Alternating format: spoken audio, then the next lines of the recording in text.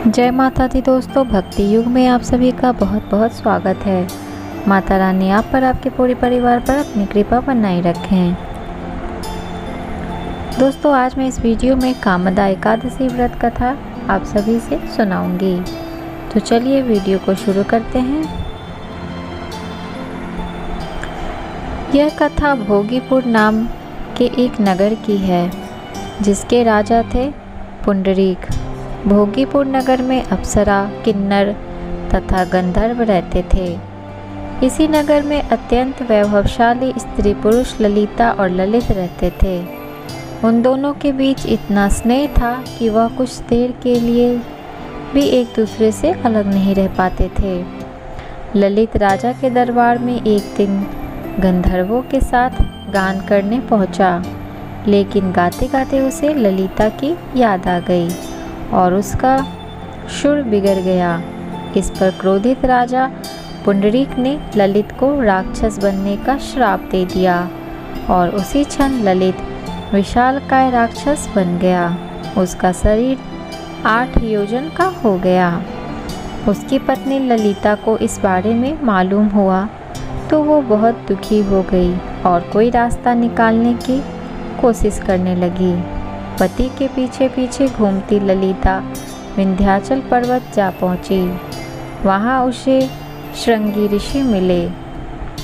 ललिता ने सारा हाल बताया और श्रृंगी ऋषि से कुछ उपाय बताने का आग्रह किया।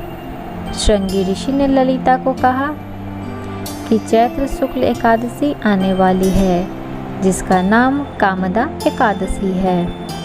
इसका व्रत करने से मनुष्य के सब कार्य सिद्ध होते हैं। यदि तू कामदा एकादशी का व्रत कर उसके पुण्य का फल अपने पति को दे तो वह शीघ्र ही राक्षस योनि से मुक्त हो जाएगा और राजा का श्राप भी अवश्य में शांत हो जाएगा। मुनि की यह बात सुनकर ललिता ने चैत्र शुक्ल एकादशी व्रत करना शुरू कर दिया। द्वादशी के दिन वह ब्राह्मणों को भोजन कराती और दान देती। एकादशी व्रत का फल अपने पति को देती हुई भगवान से इस प्रकार प्रार्थना करने लगी, हे प्रभु, मैंने जो यह व्रत किया है इसका फल मेरे पति देव को प्राप्त हो जाए, जिससे वह राक्षस योनि से मुक्त हो जाएं। एकादशी का फल देते ही उसका पति राक्षस योनि से मुक्त होकर अपने पुराने स्वरूप को प्राप्त हुआ। फिर अनेक सुंदर वस्त्र आभूषणों से युक्त होकर ललिता के साथ विहार करने लगा। उसके पश्चात वे दोनों विमान में बैठकर स्वर्गलोक को चले गए। वशिष्ठ मुनि कहने लगे कि हे राजन, इस व्रत को विधि पूर्वक करने से समस्त पाप नाश हो जाते हैं और राक्षस आदि की योनि भी छूट जाती है। संसार में इसके बराबर कोई और दूसरा व्रत नहीं है।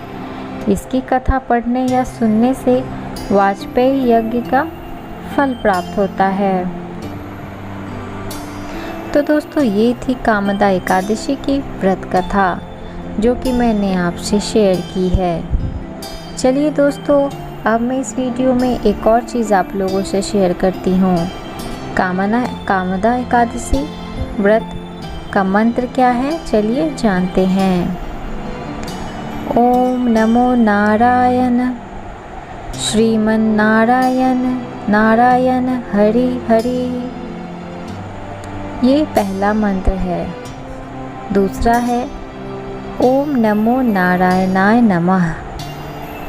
तीसरा मंत्र है ओम ह्रीं ह्रीं श्री श्रीं लक्ष्मी वासुदेवाय नमः। फिर से आप सुन लीजिए दोस्तों, ओम ह्रीं ह्रीं श्रीं श्रीं लक्ष्मी वासुदेवाय नमः। चौथा मंत्र है ओम विष्णवे नमः। दोस्तों, ये 4 मंत्र जो कि आप कामदा एकादशी जब व्रत करते हैं उस दिन आप इस मंत्र का जाप कर सकते हैं।